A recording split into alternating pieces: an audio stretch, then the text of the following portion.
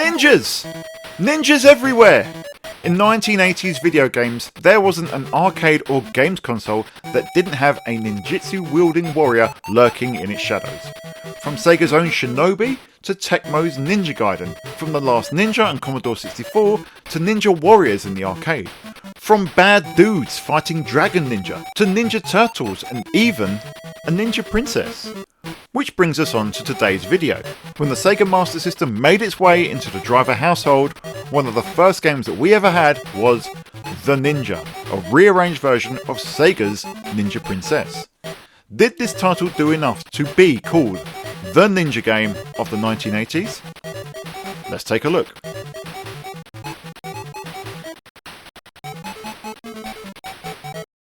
The title, The Ninja, would suggest that this would be the de facto game for these legendary figures, right? These spies and infiltrators whose moniker Shinobi literally translates as in to steal away or to hide. Of course not.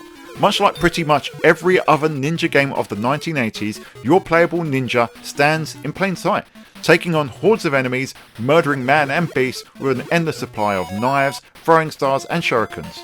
You are able to disappear though, which helps give the protagonist a little bit of stealth and mystery, possibly to make up for the fact that you've dropped the gi for a bright blue and yellow outfit.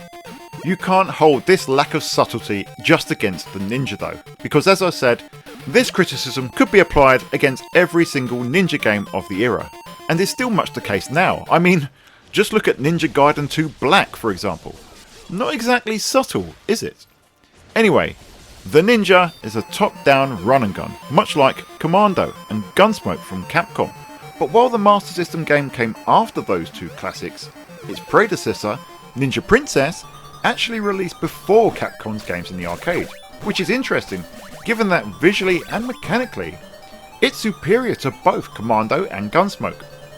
Ninja Princess, called Sega Ninja in the West, was a Sega System 1 title released in March 1985. Commercially, it was reasonably successful, especially for the time, and critically, it was well received.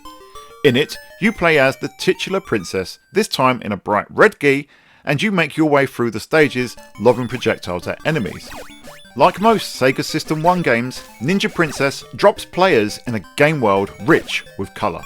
The titular Ninja Princess and the assorted enemies in the game are impressively animated and take on something of a chibi look, giving the game a very cutesy edge. It's almost like a cute 'em up, before Fantasy Zone would popularise the term a few years later. While the game is mostly a top-down, upward-scrolling run and gun, a few stages do break up the action, with mountain climbing and horizontal stages that feature log hopping, boulders and a stampede of horses. So yeah, I'm sure you can see what I mean when I say that this game was mechanically and visually far ahead of its Capcom rivals.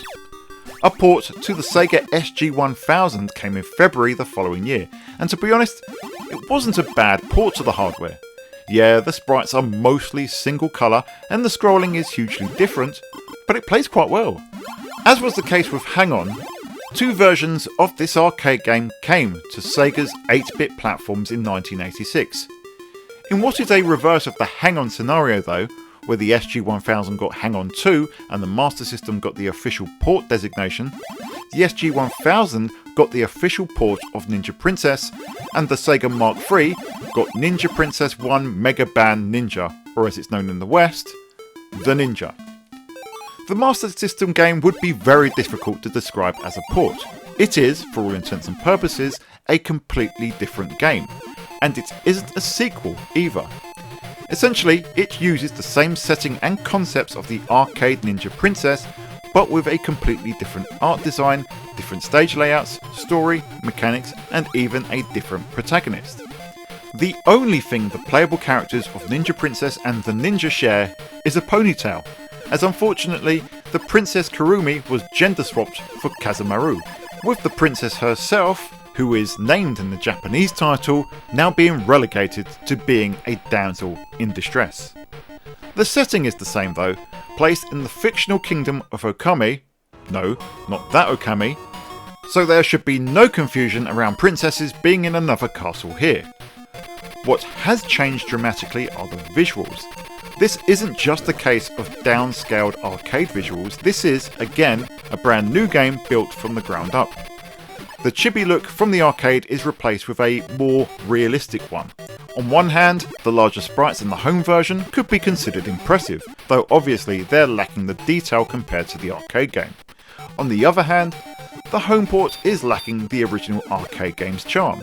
It's bright and visually impressive for the hardware, but is vastly different to the detriment of the original game's artistic identity. You may prefer one over the other. Having grown up with the Master System version, I do enjoy the visuals, but I can definitely see the appeal of Ninja Princess. Music too is completely different.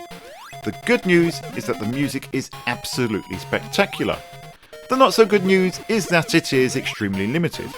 You'll spend most of the game with just one of 5 music tracks playing, one of which happens to be the intro and title screen music, and also the music that you hear once you're powered up. So if you're playing the game well, you'll be hearing that track constantly. Probably like you're hearing right now. Still, it's a banging tune. Amusingly, I'm used to the PAL version playing at 17.5% slower, but in any case, it sets the tempo for what can be a relentless game. The 2-button setup is simple but elegant. Button 1 fires a knife or shuriken in the direction of the D-pad. Button 2 fires straight up, letting you strafe enemies. Pressing both together causes Kazamaru to disappear, granting a moment of invincibility. With these tools, you make your way through over a dozen levels, taking out assorted enemies and a boss at the end of each stage. Your attackers take on various forms, from attack dogs and sword-wielding samurai to ninjas that either lob throwing stars at you or disguise themselves as rocks. Wait a second. Seeing as these ninjas are often hiding in plain sight, acting as bodyguards and wearing dark geese, are they the ninja, plural, that the game refers to? Anyway, there are 13 stages, 14 in the original Japanese version, with the final stage in both games only being accessible by finding the 5 secret scrolls littered through the game's levels. Interestingly, you can actually skip the penultimate 2 levels if you have the 5 scrolls, so your mileage will very much vary depending on how you play the game. And that's a good thing that I don't think the Ninja gets enough credit for, as it adds replayability to this arcade-rooted experience. However, the implementation of these scrolls can be a little bit frustrating. The first scroll is found by eliminating this guy pretending to be a rock in stage 1, which is fine. But the rest of the scrolls range from shooting inanimate objects to just standing in front of trees. This makes the whole experience dependent on trial and error for new players. Secrets are all well and good, but if they're part of seeing the full game, their implementation shouldn't be so obtuse in my opinion. It's part of the reason why I personally don't like Mario 64. Anyway, aside from the scroll collecting, the game is still challenging, and just making it through the standard stages was brutal enough for me and my siblings. I never actually got past the 5th stage until I was an adult, and only in recent weeks have dedicated enough of my time and practice to see it through to the end.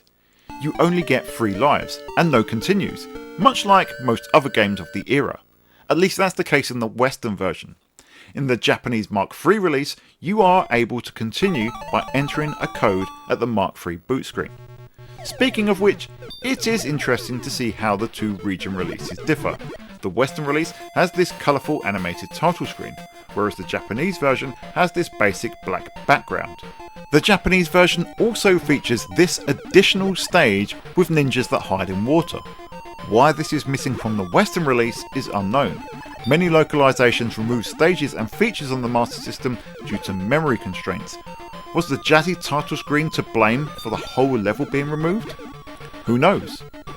Whichever version of the Ninja or Ninja Princess or Sega Ninja you play, there's a very enjoyable game here. Is it a classic? At least here in the UK, the Ninja was popular enough on the console, with copies in abundance on the second-hand market, almost at Sonic the Hedgehog levels. It's a solid looking title with great music and enjoyable yet challenging gameplay. It's short and flawed, and perhaps not a title for everyone's taste, but it's one every Sega fan should play. But while its credentials as a classic are debatable, its status as a Sega icon is undeniable. This has been Dan the Mega Driver of the Sega guys, and I will see you on the Sega side.